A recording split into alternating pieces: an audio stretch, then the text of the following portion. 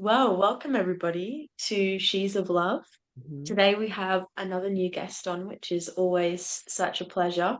And today we have Joe Rosati. And you, Joe, have your own co-host your own podcast, TruthStream. So we'll definitely send our listeners to go listen to yours because I'm like, yeah, just so resonant and so kind of on the same wavelength. I really feel that. So, yeah, I suppose I will ask you the big question that we ask everybody, and that is, what is your awakening story? It's a great question, and we go relatively deep on TruthStream, and also I want at some point you two will introduce yourselves to our audience as well because we want everybody to know each other, and some of the folks that watch TruthStream I'm sure would love to know more about you two as well. I suppose where my awakening started, I ever since I was a kid, I never really bought into the whole JFK story. Mm. So that was something that was that I carried for many years. And then when 911 happened, like many others, I bought into it that day. I remember that quite clearly.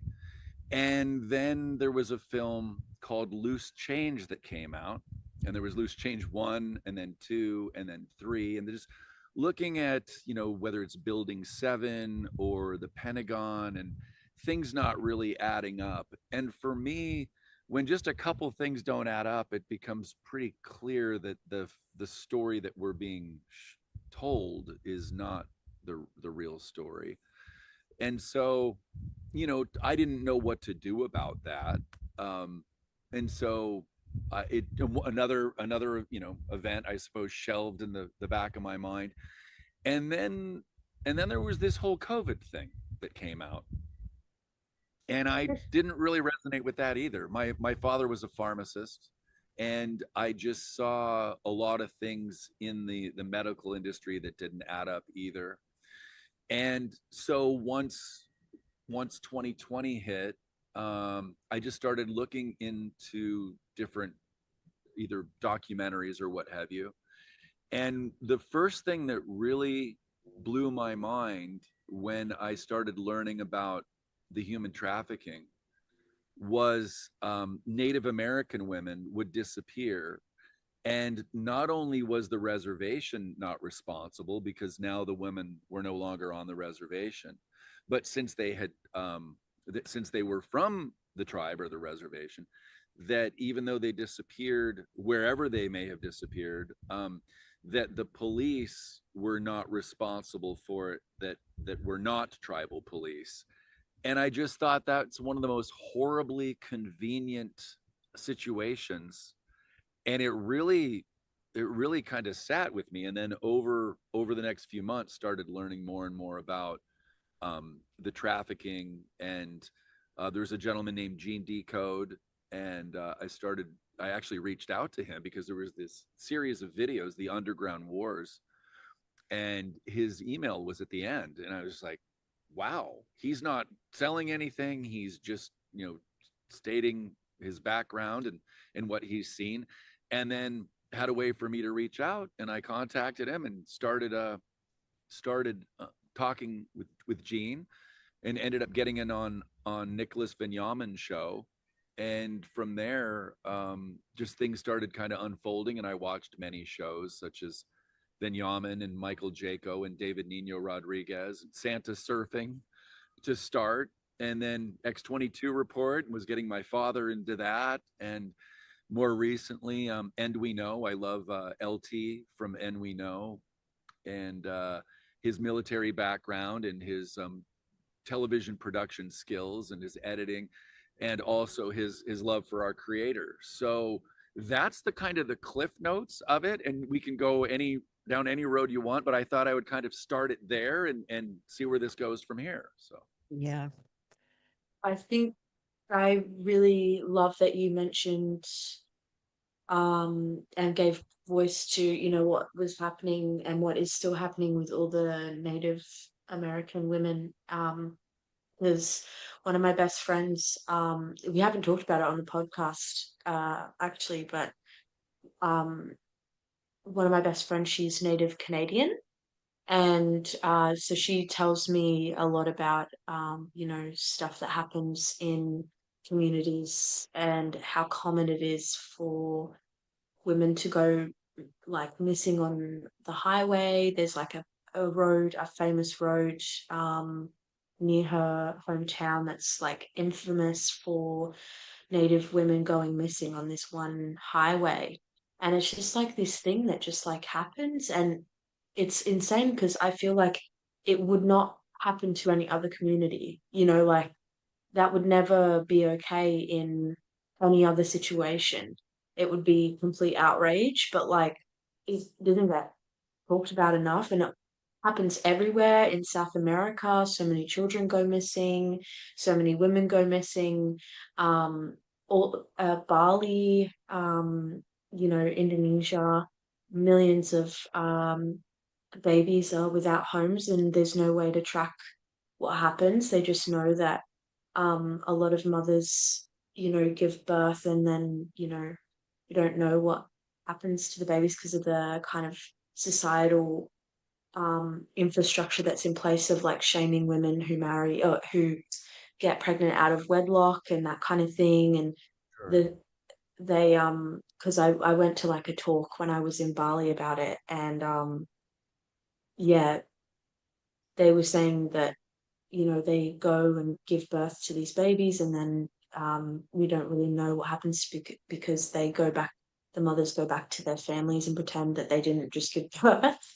And it's like, it happens all around the world. It's a horrible truth to what happens. And, people always want to blame the communities. People always want to blame the women or the you know, the people who are getting hurt and affected, the communities that are getting hurt by this. But it's so much deeper. It's so much, so much deeper to, just There's more to the what story. happened. Yeah, there's so much, and it's all over the world, and it was a really big part of my awakening, and one of the things that I really resonated with because you might remember this, Mum, but we went to some like when I was quite young, we went to some talks. This was before our main spiritual awakening in 2020, and it was about it was the first time I heard of sex trafficking because I was really I was like I think 13, 14, and I thought it was something that happened like in the middle of nowhere or like really rundown areas, really poor countries. And I found out like it happens in Sydney, like 100,000 cases a year or something insane like that. It was like an insane number, and it happens everywhere. And it's just like this thing, this infestation that no one wants to look at, no one wants to talk about.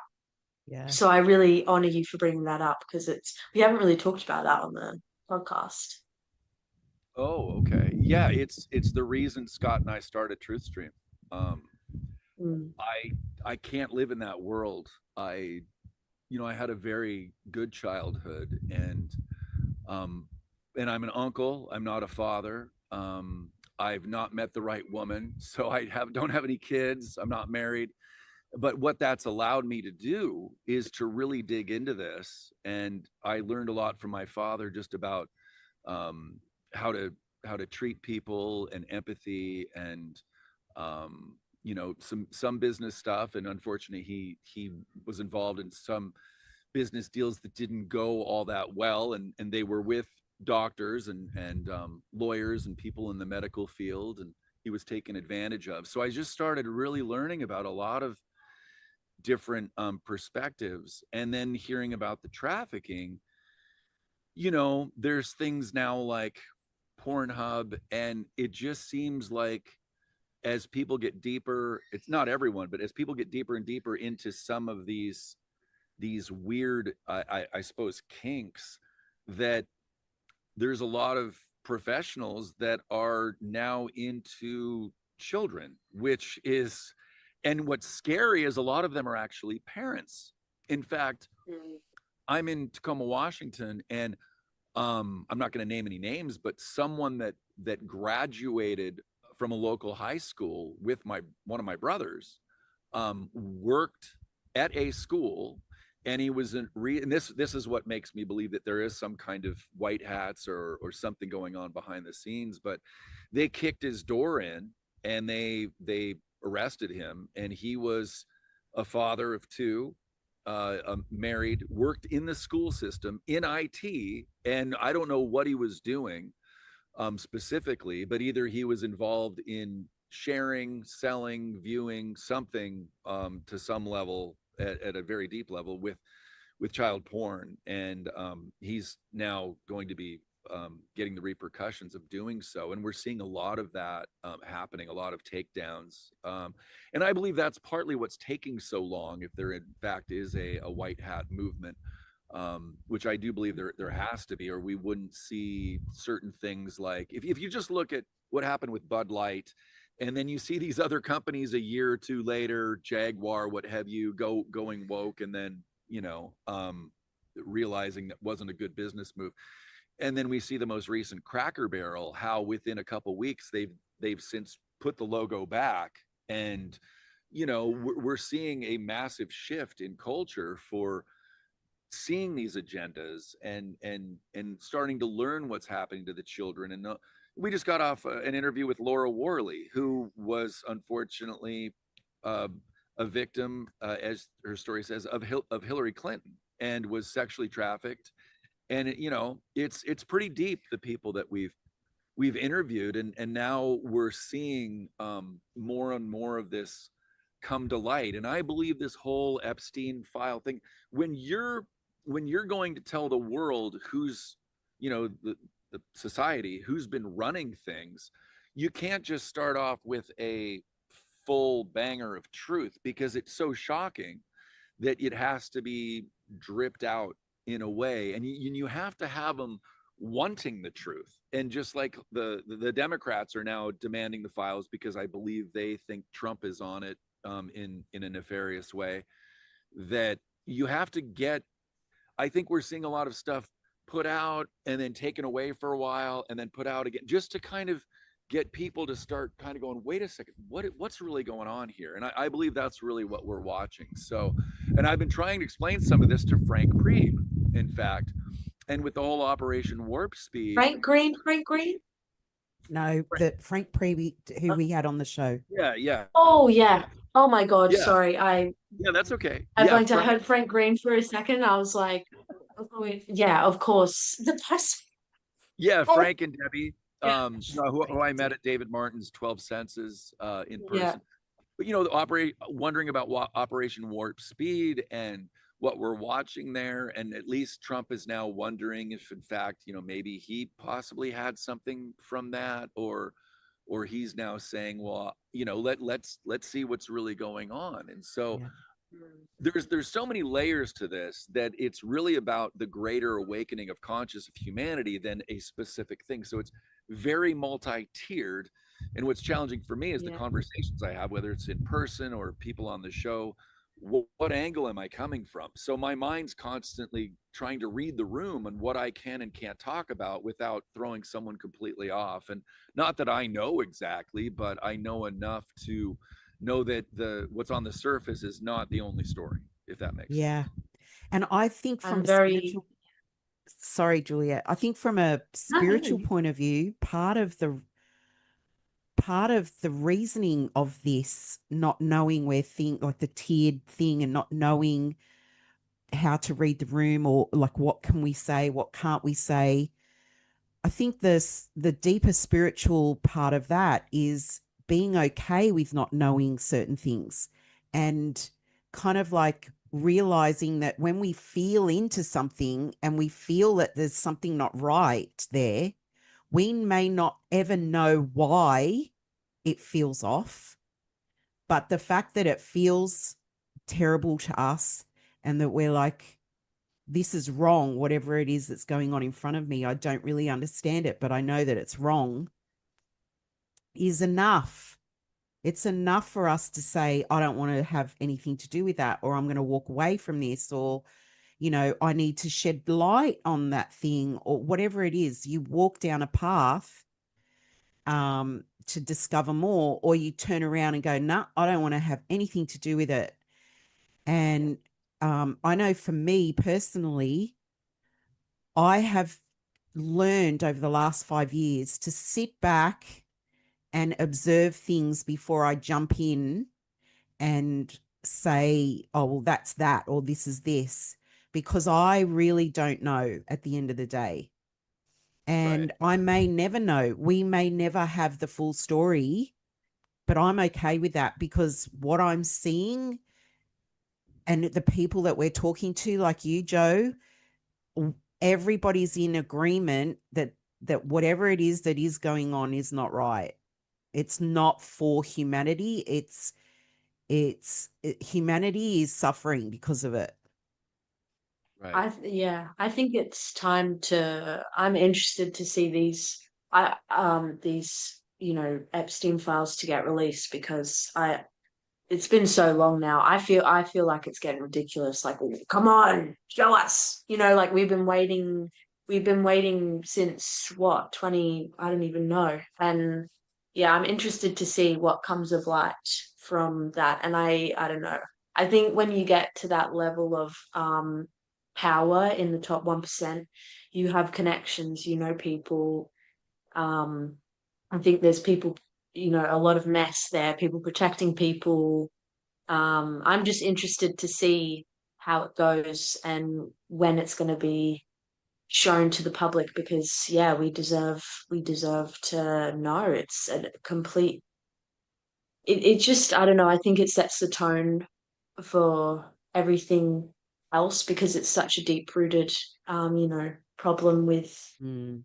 the higher, especially that top 1%, and how they abuse underage people, and the all the horrible sex rings, connections to the Vatican, Right. celebrities, and all the abuse. And it's not even just like, I mean, yeah, of course it's the sexual abuse and trafficking that happens, but it's so much deeper than that. It represents this stuff with Epstein. Like, who my take on it is like, how on earth does these people have the right to hide this, or like keep this and not show the truth? Because I agree with what you're saying, Joe, about, it's such a big truth. We have to let things out small and small, because otherwise everyone will just go into utter chaos and mayhem.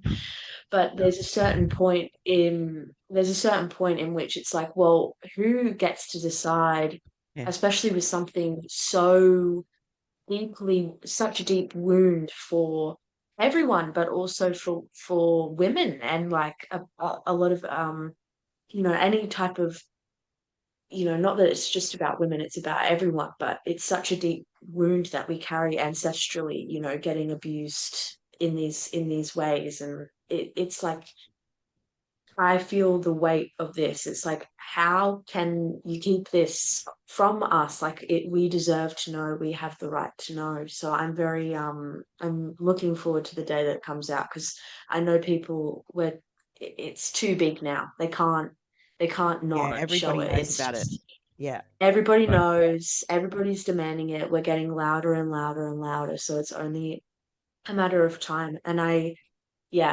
also, I don't know. I think the politics of it all on the world stage is just such. I watch people and I'm like, guys, this isn't the point.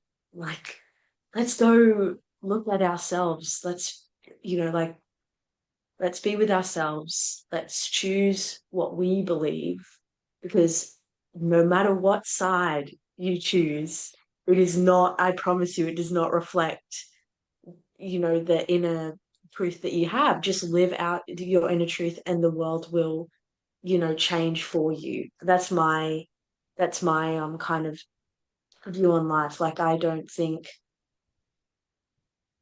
I can handle waiting around for big truths to come out in the world. I'm just more, because I used to get really like angry about it, waiting. Like, oh, when is this going to come out? When are they going to finally expose these people? They deserve, they deserve to be like exposed. And now I've kind of got shifted and changed and looked more internally and been like, what's my truth? Right. Instead of Yeah. what's the truth out there, let's look inside for my truth. And it's the first time where I felt fully fulfilled and like not needing this external Yeah.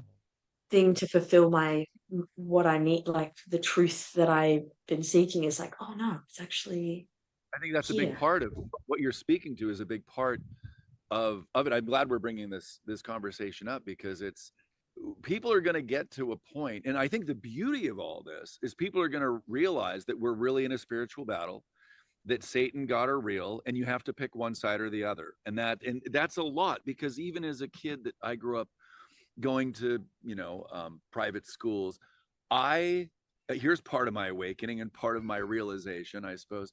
I remember when I first started learning about the Bible, I thought, well, if that's really real and if that's going on, I'll be in that fight. But this just sounds like a bunch of folklore.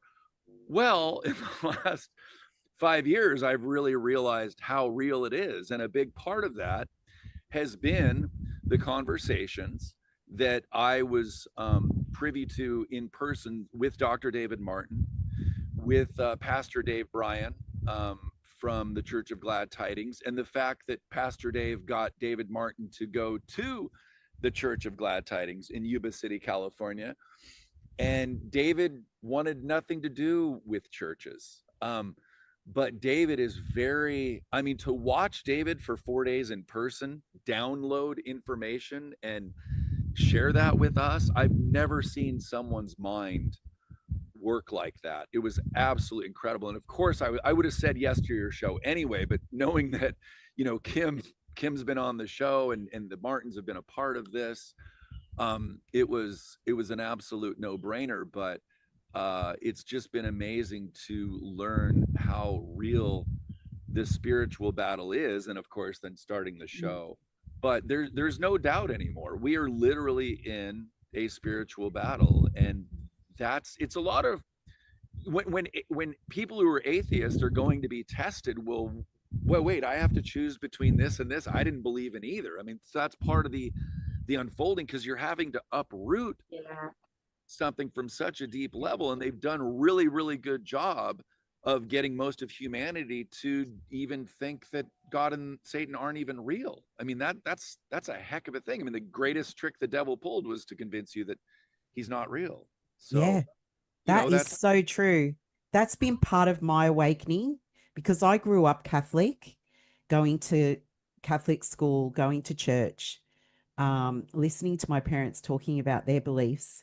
And I I went to a progressive convent school, and we were told that the stories in the Bible were parables. They were ways of telling people the difference between right and wrong, that they weren't necessarily true happenings. Okay. So, like, Adam and Eve weren't really Adam and Eve. That's just a parable to tell you how humanity started, things like that.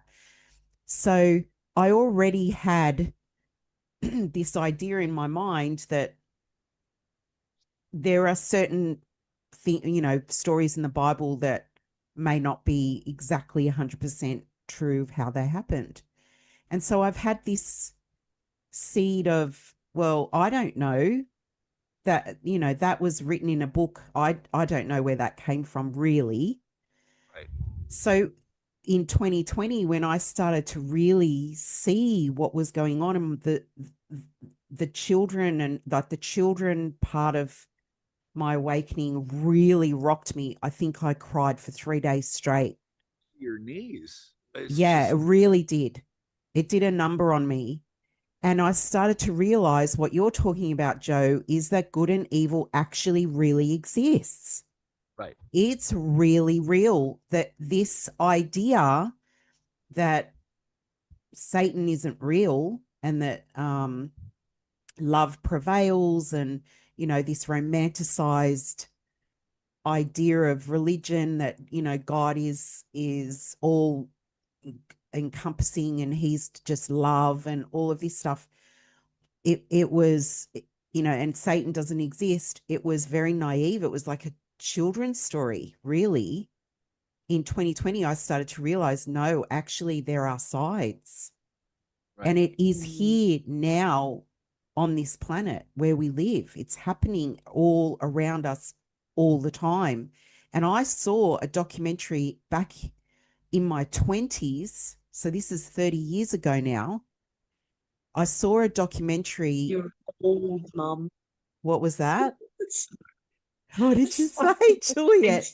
I said you're old, Mum. I am. I'm getting up there. 30 years ago. No, I'm kidding. I'm so Well, sorry. it's I true. couldn't help it. But yeah, I saw this documentary, and it was set in LA, and it was this documentary team that went to the homeless people, and they discovered that there was this legend amongst the homeless in LA that they presented as a legend, but it was actually a true story, that there was kids that were homeless on the streets going missing down in the tunnels under LA, all the unused train tracks and the tunnel, like all the transport tunnels under LA. And I remember watching that and thinking, this is bullshit. There's no way that this could be real. And I shut that down and I never thought about it again. And then in 2020, I saw, I can't remember the name of it, but it's quite a famous documentary that came out in 2020. It was a lady who created it, and it had sequels to it. It was like a series The Fall of the Cabal. Yeah, that one, The Fall of the Cabal. I remember watching that, and I realized that that documentary was true, and that there is a very real part of the world that traffics children, and it crushed me. And I just went into a complete depression, and I cried for 3 days. And something inside me just said, Claude, what are you going to do about it? How are you going to show up in the world now to do your part? And so when Juliet and I've got terrible fear of public speaking, terrible fear, You're and doing wonderful. and a fear of technology. And Juliet came to me and she said, Mum, we need to do a podcast. Let's start this podcast. And I just went, yeah, we've got to do it. Beautiful. And it was the sadness that I felt, that great responsibility I felt, that I needed to get over those things, because this was bigger than me. This was so important. Absolutely. And that's how we started. Right. So, I mean, we have a lot in common. Yeah. You know, I mean, and that's the thing. It's so, because that's the thing. For someone to watch, and I think that's why it helps to do, you know, either the drip or little clips, or just, you know, everyone has to have, and this is another reason why it's taking long. And News Treason is a show that we've been on with Dave and Mark, and Dave brought something up. Everyone has to have their own aha moment. Yeah. They have to have where they just see that something is off. And so you know, you can't tell people, you have to show them, and then they have to connect with it somehow. That's right. But once you do, your life is never the same. When you really realize, okay, we're living in a lie, they harm children, and the people that are making rules, making us pay taxes, they use that money and they do god awful things. I'm like, I've always been a rebel. And I was like, wow, I'm really going to be a little rebel now. Like, the gloves are off. And I did it, you know, without really, I just felt, I mean, I'll go back. So I was running my own podcast before TruthStream, and I interviewed a police officer named his name's escaping me right now because I didn't even know I would be bringing this up.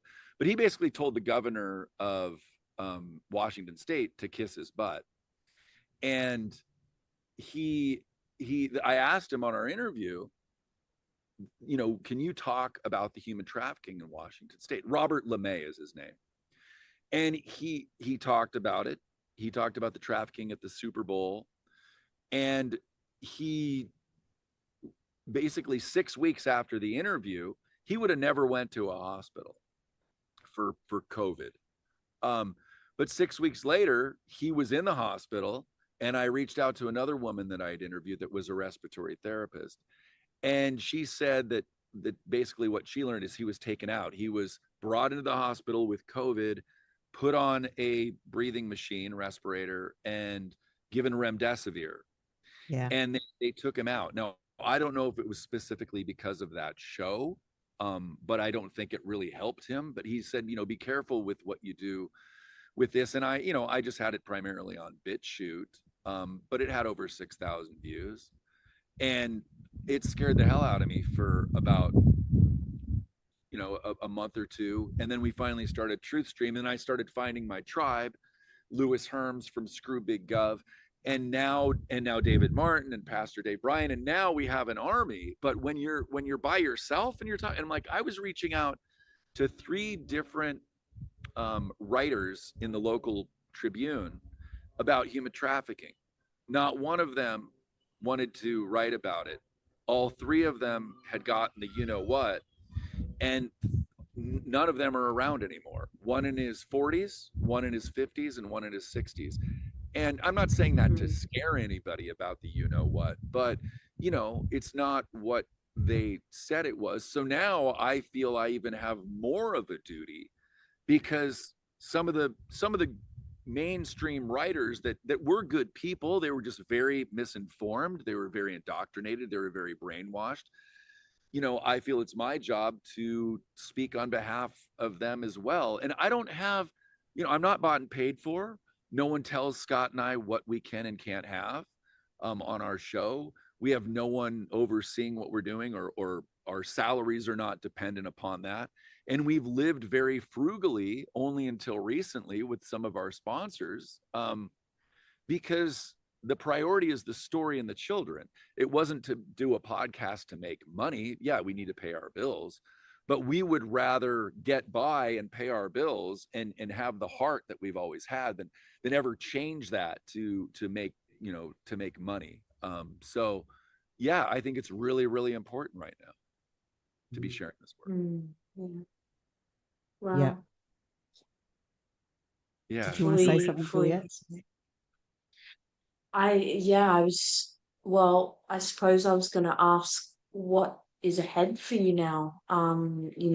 What direction, what are your intentions for the future? Where do you want to take TruthStream, or just, I feel like awakening stories aren't just at the beginning, they're continuous and they never finish until we die. Yeah. I think enlightenment is death. So what's in the future for your awakening journey, I suppose? Where do you want to go? Right. Yeah. Well, great question. I don't even know if I've really been asked that before, which is pretty compelling considering we talk about all kinds of things. Well, my background was, as I emailed Claudia earlier, was, I've done everything from book nightclubs to perform and write music and act. And what was interesting is, having been an actor in a lot of independent films, and primarily local, the last thing I wanted to do when I heard about the kids was act. I mean, it really, and then you start hearing about your idols, if you will, being part of this. I mean, it's been very, very challenging for me to learn about Bono and who he was associated with, the WEF and all of that. So that was really, really confronting for me. So I'm in the studio. I'm working on a new song. It's actually about the children disappearing, but it's done with an eloquence to it instead of going into heavy details. I'm playing in Ireland. I'm doing an event in Ireland on the 20th in with Mark Atwood. So I'm starting to I recently performed in Costa Rica. So I'm starting to want to play music again.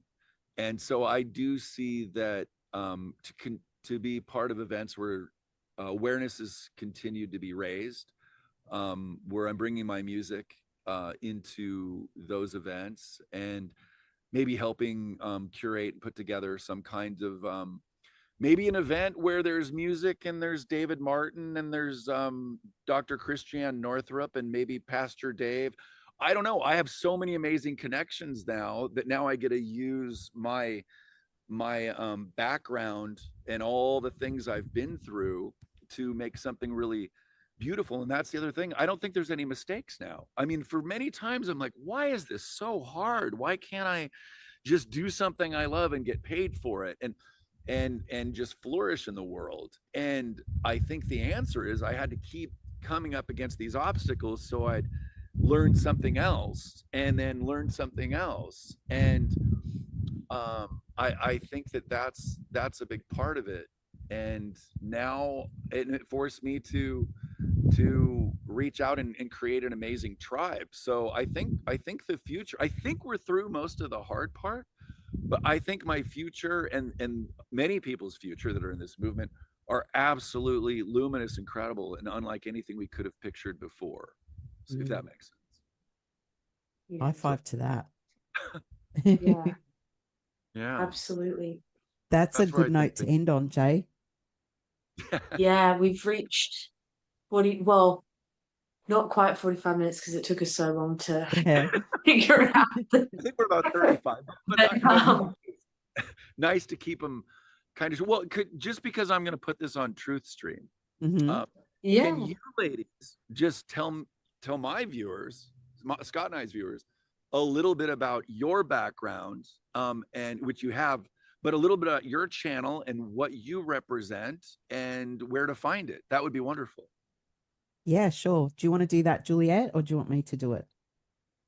yeah, I can do that. Go on then. Um, so um me and Claudia is my mum, so we're a mother-daughter team, and we've been running this podcast every week for the past 3 years now.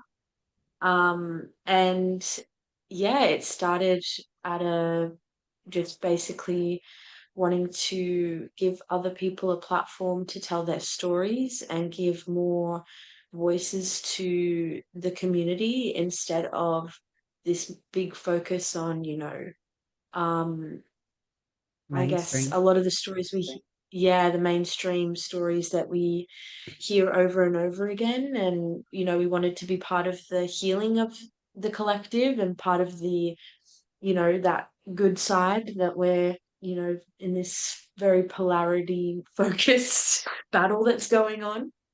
Right. Um, yeah, so we both woke up. Well, I feel like I've kind of been a weird alien child, Yeah. Yeah.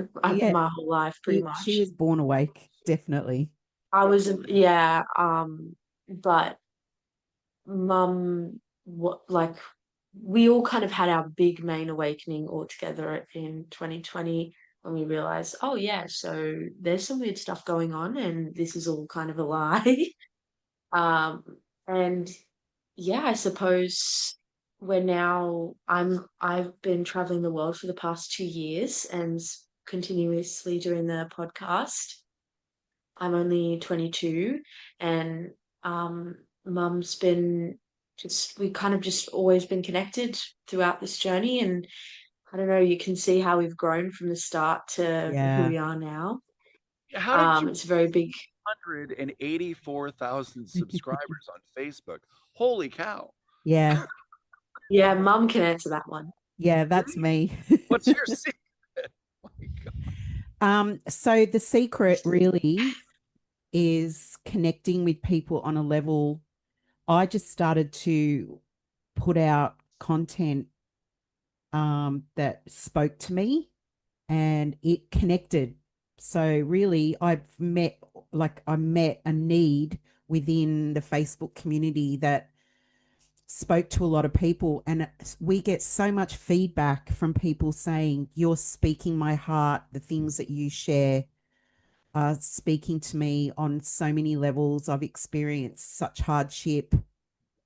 People out there, I really feel in my experience in our group is called She's of Love. It's on Facebook. We're also Yeah. on Oh, sorry. I Spotify. should have definitely said that. That's all right, Juliet. Stop. We're on Spotify and YouTube as well. You can find us there at She's of Love. And but Facebook is really the hub, and it's people are they're waking up to the truth of the world, but they're also waking up to themselves and the pain that they're feeling in their own lives. And we haven't been taught from a young age how to create boundaries, healthy boundaries in our lives. And I think that's what people are craving right now. They're craving the common sense. They're craving boundaries. They're craving their lives to be organized, and they want to stop hurting. They want to stop relationships that are taking from them rather than a two-way street, that sort of thing. So our Facebook group is really a resting place for people to come, be heard, share their experiences, which is what we do on the podcast too, and really just get some understanding for where they're at. Really, that's all it is. It's not really a big like secret or anything. It's just that people want to be heard. Yeah. Right. Well, and I think it's funny you said 3 years. That's how long Scott and I have been on doing TruthStream, and I was so happy to crack 1,000 subscribers on our Yeah, we TruthStream. were too. We are so. I mean, we are so shadow banned, but whatever you're doing is beautiful, and I love the mother daughter component of it, Yeah. because it reaches the generations, and it can help both, what if one's watching Juliet and then they're like, well, wait a second, I want my mom to see this, and you got to see Claudia, Juliet. So it really helps bridge Yes. the right. Do you think that helps a I lot? really, yeah. Oh, I love that about, the podcast, because I think it's really important to show the difference in view because of Yeah. how different we've grown up. There are things that, well, we disagree on. There are things that we see very differently on, and not even just disagree on, but just like we agree and what's the word where you like are on the same page, but in for different reasons, and we have different perspectives that merge and flow together. And I think that my generation is the one that is going to kind of be the leaders in a sense of, we're the ones that are really going to have to pull through and Show up. push forward, show up. Yeah. And so I feel very, like I have a responsibility in being living that truth of being the version of myself that carries the earth forward in the direction that it needs to go into, because the world is really hurting, and by the time that my generation gets to the point where we are the world leaders, it's going to be that like real, it's already at that point, but even it's going to be even more so the more that we get to those ages where we're in the boss roles and in Yeah. the so I don't know. I feel like it's a really good combination of, I always listen to mum and listen to what she has to say. She's very wise and very got some always beautiful advice no matter what. And yeah, it's just we work really well together, I think. Yeah. Yeah. And I think the reason it works is because the respect avenue is a two-way street. There's respect Mm. that's coming from Juliet, and I respect her also. I respect her opinion. I respect that she's the future of this world. I respect that she's autonomous and she has her own mind. And if we disagree, that that's okay. We don't have to see eye to eye on everything. As long as the bigger picture that we're looking at looks very similar, we have a similar mission in life. We want the best for the world, and we want to leave it better than we found it. Like, as long as that's Mm. our mission together, then the rest of it is just details. It doesn't really matter. I resonate so much with that. Yeah, I think of it as like leave no trace camping, and Yeah. I also feel, with the arts, and not that, I mean, of course people should still be doing art because you can't just focus on the human trafficking. But I brought this up a few times. Right now, it feels like the world has let's say the world were a fish tank and the water's dirty, and the dirty and how it's dirty is the human trafficking. It's really hard to celebrate things until we clean that water, and that's, the children, and then it's going to make the other things so much better, because it's really hard to, it's almost like the kids being trafficked are always in the back of my mind, and because it's so much more horrible than any movie that I could ever, that I've ever seen. Or I don't even watch horror films anymore. um so that was one point. But had one last question for the both of you. When Claudia, when you saw the fall of the cabal, did you see it first before Juliette, and then how much later did Juliette watch it, and have you guys awakened and then pulled each other towards different things that you've awakened with, or who really awakened first, if you will? I believe I kind of know, but please go ahead if you could answer that. Yeah. So Juliette, she would come to me constantly from childhood. I think she was about 10 or 12 when she first started coming to me and showing me videos on the internet of things like September 11. Mum, why are they saying this stuff about September 11? And it was like this documentary about the building and how it couldn't have been a plane that hit it. It was a controlled detonation and things like that. The way, Yeah. like, there was science behind what they were saying. And she was really concerned. And she came to me, she was like, what are that? Like, you were in September 11, because I was a flight attendant at the time. Oh, And I was in London when it happened. And so I saw the aviation industry change after September 11. I saw it all firsthand. And I mean, airlines collapsed. Like, an Australian airline went out of business because of it. And friends lost their jobs. And like, it was just chaos and mayhem at the time.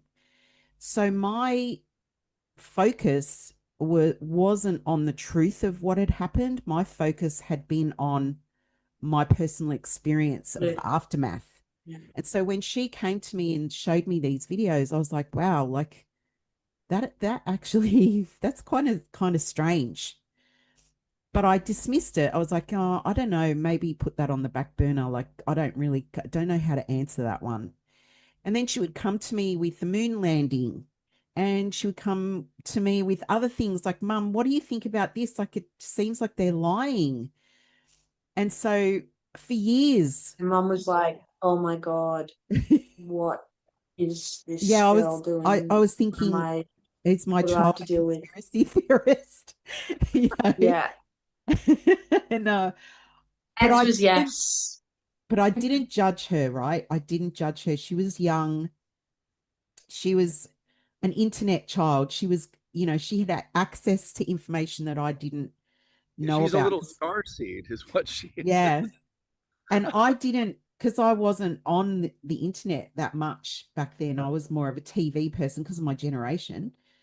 I wasn't really, I didn't really know the stuff that she was talking about. And then, so this kind of chugged along in the background for years. And then 2020 hit, and we had some friends who were fully awake, fully. She had been in intelligence in the Australian Army. Oh, And so she knew inside information about things that we had no clue. We had not been privy to. So the way they lived their lives, the way they conducted themselves was very different to normal people that we knew apart from them. And so that raised questions, right? So we would ask them questions. We were on a spiritual journey with them.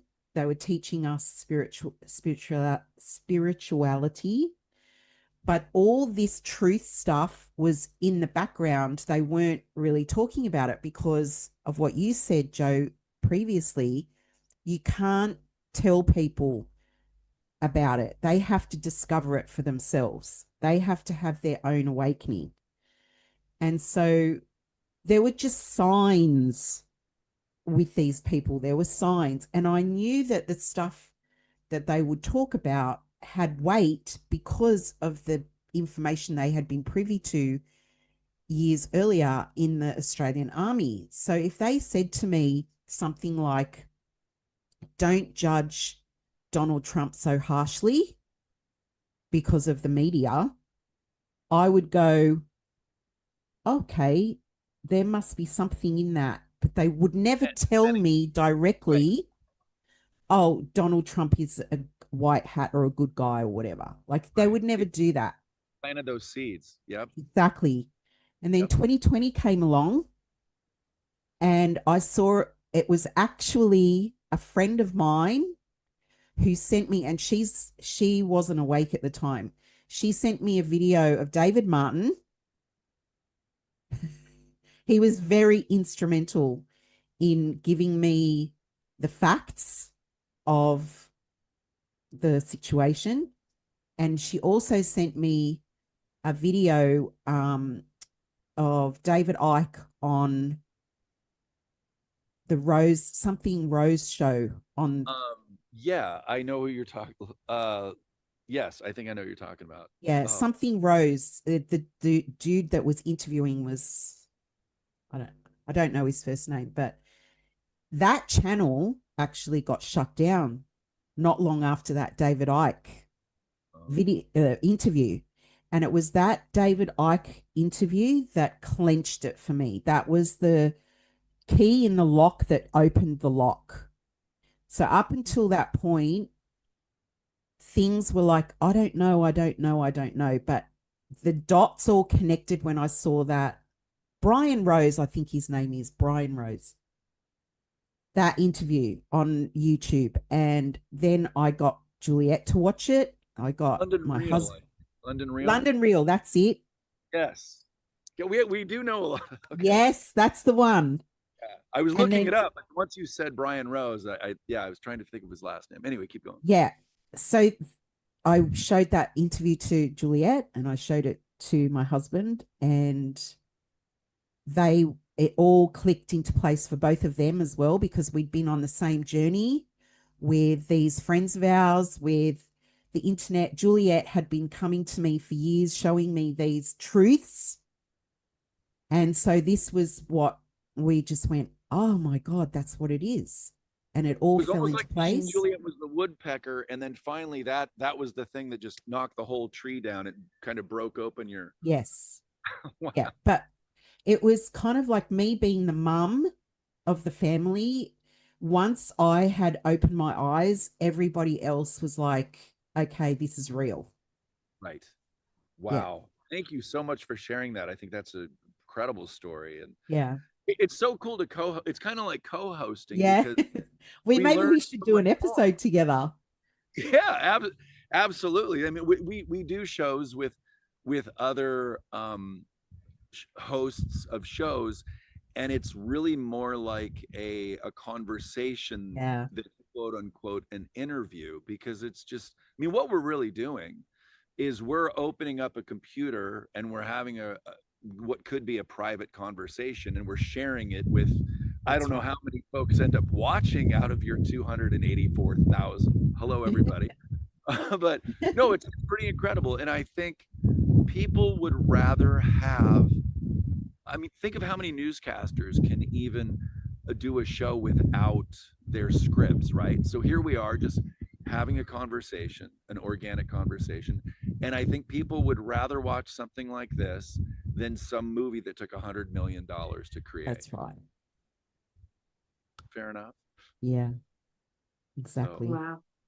yeah. Thank Well, you you so guys, much, Well, Joe. thank you so much. yeah, thank you. We'll have to do this again. Yeah, I would love to. I don't want to Yeah. close. I almost feel You like stole I should.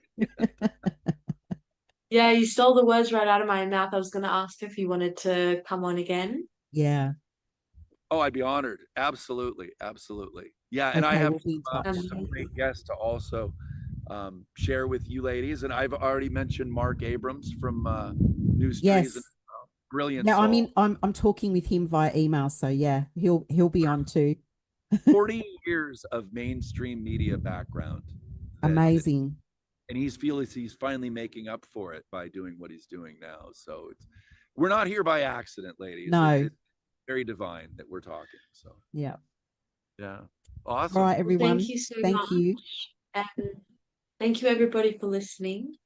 And we'll see you next week. Bye. Bye. For us, it all begins with the sun, the source of light and life for our entire solar system. Even Einstein concluded that everything we're made of contains light. All life originates with the sun through photosynthesis.